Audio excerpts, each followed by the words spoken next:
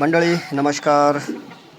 बकरी पालन कुक्कुटपालन करत असताना सगळ्यात महत्त्वाची गोष्ट जर काही असेल तर ते आहे खाद्य नियोजन.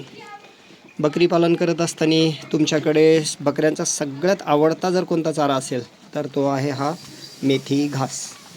मेथी घास साधारणतः एकदा आपण टाकल्यानंतर तो 3 वर्ष चालतो आणि त्याची सुरुवातीची जी पहिली कापणी आहे ती साधारणतः महिन्याभराच्या आसपास येऊन जाते. मंडळी बकरी पालन करत असताना तुम्ही शेडचं नियोजन नंतर करा, पण बकऱ्यांचं जे काही खाद्याचं नियोजन आहे ते तुम्ही अगोदर केलं पाहिजे. आता या बकऱ्यांच्या जर का तब्येती आपण बघितल्या तर ह्या बघा अशा तब्येती आहेत. बकऱ्यांची बोन साईज, मान साईज, शिंग आता ह्या पेलारू पाटी आहेत. तर अशा पद्धतीच्या या बकऱ्यांची तब्येत तुम्हाला इथं पाहायला मिळते. मंडळी बकऱ्यांचे जर का आपण आवडते चारे जर बघितले तर त्या आवडत्या चाऱ्यांमध्ये सगळ्यात पहिले हा मेथी घास, त्यानंतर तुती, त्यानंतर रेड नेपियर 5G, ते ग्रीन काय म्हणतात मका क्रॉस नेपियर असे, परत शेवगा, ह्या अशा जर का व्हरायटीज तुम्ही याला जर का खाण्यासाठी जर बकऱ्याला दिल्या तर बकऱ्यांची तब्येत ही खूप जोरदार असते.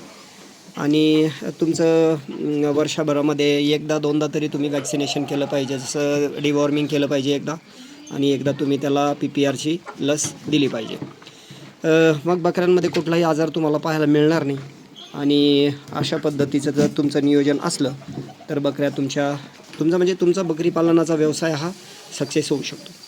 कोंबडी पालन आणि बकरी पालन हे दोन्ही व्यवसाय करत असताना सगळ्यात महत्त्वाची गोष्ट म्हणजे फीड नियोजन जर तुमचं जबरदस्त असेल तर तुम्ही बकरी पालन आणि कुक्कुटपालनमध्ये 100% सक्सेस होऊ शकता. मंडळी अशाच माहिती आपण आपल्या चॅनलवरती टाकत असतो. यासाठी चॅनलला नक्कीच सबस्क्राईब करून घ्या, जेणेकरून येणारी सगळी व्हिडिओ तुम्हाला आपल्या या चॅनलवरची सर्वप्रथम नोटिफिकेशन तुम्हाला येऊ शकते. मंडळी ह्या पहिला रुपाठी आहेत. आणि कोणाला जर का समजा पिल्लं वगैरे जर घ्यायची असतील तर हे अशा पद्धतीची पिल्लं पण आपल्याकडे असतात. आणि मोठा बोकड पण आहे. तो बोकड पण आपण एखाद्या दुसऱ्या कोणत्याही व्हिडिओमध्ये तुम्ही बघू शकता. तर मंडळी पुन्हा एकदा सांगेल, चॅनलवर नवीन असाल तर चॅनलला फॉलो करून घ्या. धन्यवाद.